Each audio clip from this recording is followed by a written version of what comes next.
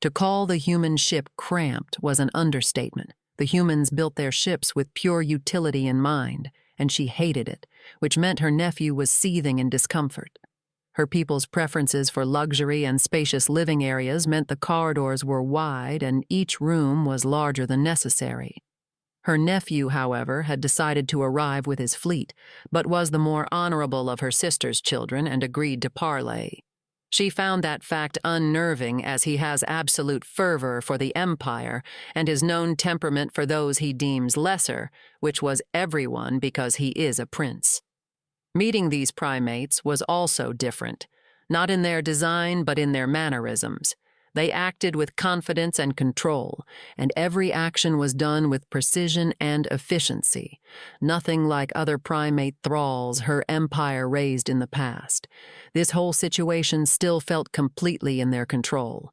With her nephew's fleet, the primates were outnumbered and outgunned, but still, this meeting on one of their frigates in the dead space between both forces felt like a trap. "Valstrium, remember, they have threatened to destroy the throne world," she whispered to her nephew, feeling like they were still watched even in the empty briefing room. Her nephew looks at her with a small note of disdain. "Relax, Auntie. They are skilled, and their ship is impressive, if not claustrophobic. But I have yet to see any tech level superior to the developments of the Lamex thralls." "You don't believe their threats?" she asked, confused. "Of course not. What battle thrall race would stay their hand?"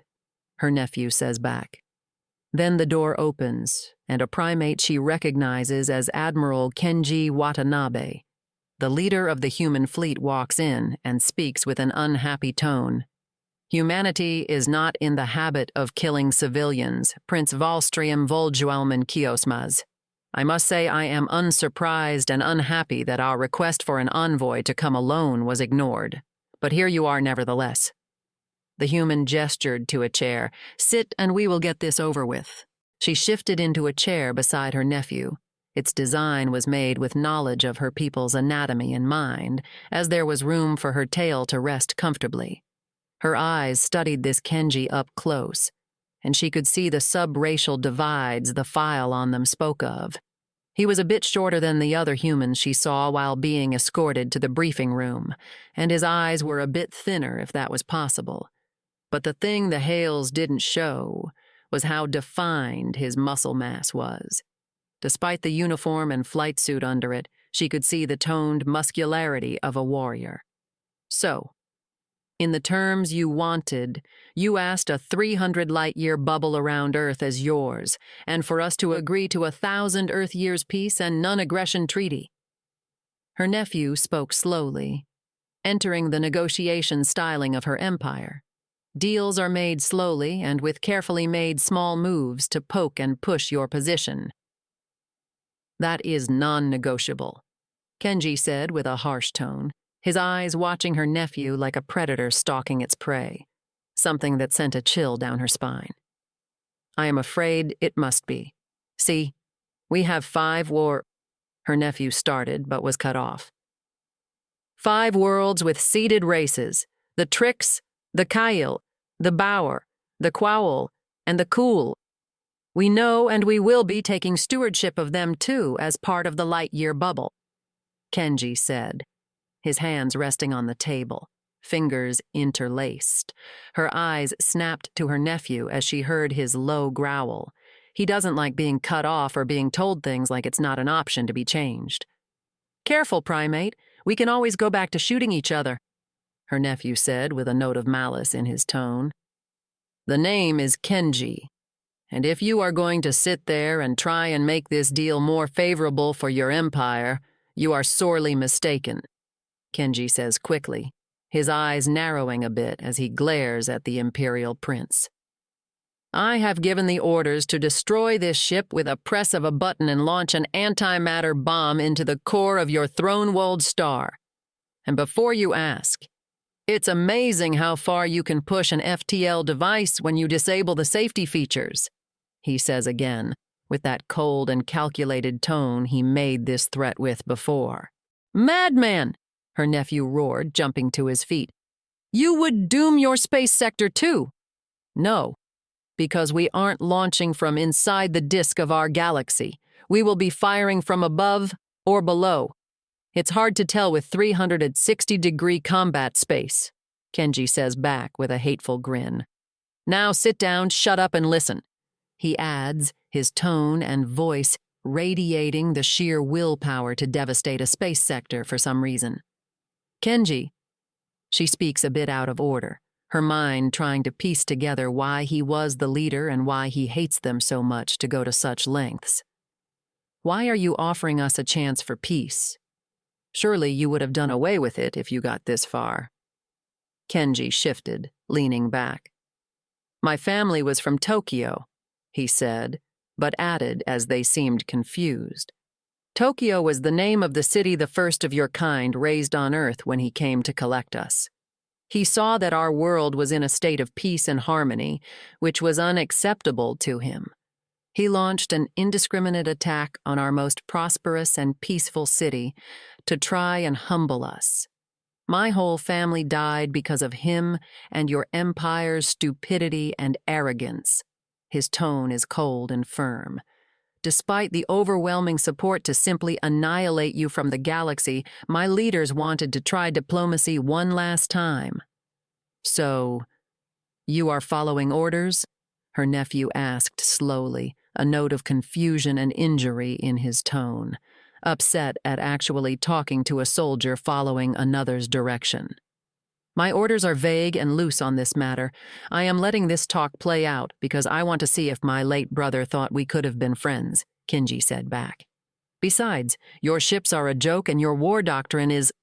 Well, I wouldn't even bother with fighting even a small war with it.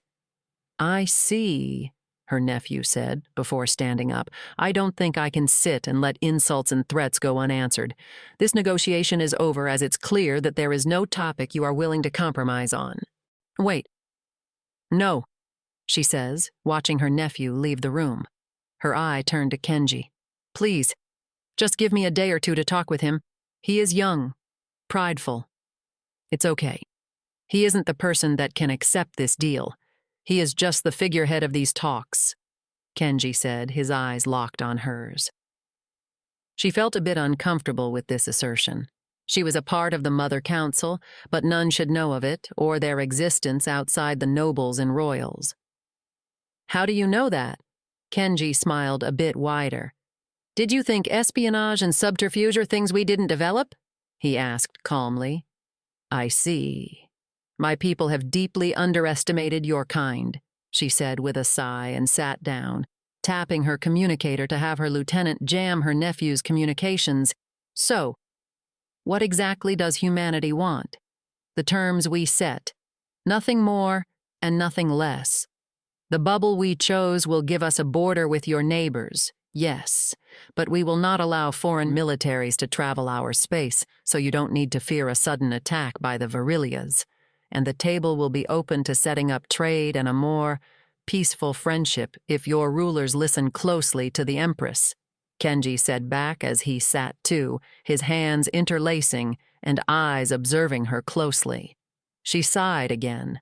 Her people's ancient culture calls for them to listen to the Council of Women, but with the vast expansion into space, such traditions had fallen a bit short in the greater empire, as men more often served as their war leaders and commanders, with more and more young men have done away with those traditions, claiming that the women did nothing to expand the empire and were dependent on men.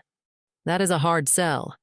The emperor may agree, but we will need something from your people, she says slowly. An army and trainers? Kenji asked, guessing accurately the conditions for the peace treaty. Yes. We seeded your kind for a reason, and you have shown your skill and merit in combat. A peace treaty without something for the empire would only leave a bitter taste in the mouths of the nobility, she said back slowly, not happy that they seemed to be as aware as they needed to be to hold the higher ground in this deal. United Earth is willing to agree to a mutual defensive pact for the sum of the non-aggression pact, but will not hand over our population into slavery, but… Kenji pulled out a crude data storage device and handed it to her. These are our laws in regrades to paramilitaries that your empire can hire at their discretion. They will fight as long as you pay them. Are you suggesting we hire out your people to fight as mercenaries? She asked slowly. The concept was not foreign to her, but was also the driving factor behind the seeding of races. Why hire when you can enslave? And if you are going to enslave, why not tailor their genetics to a purpose? The paramilitaries on that list, as already in the process of helping with the expansion of our holdings, and will be more than happy to take payments in resources and goods that Earth will need in the near future, he said back, his tone calm and collected. Also, the first 5 are groups that have a strong code of conduct and honor and are impossible to buy out. Such paramilitaries will happily serve as both bodyguards or revolutionists. She thinks it over. The core issue to the whining of the power of females is the tight control males have on the militaries of her empire. But humans paid to undermine or remove such troublesome individuals would strengthen the Mother Council's hold. I believe I can get this deal passed,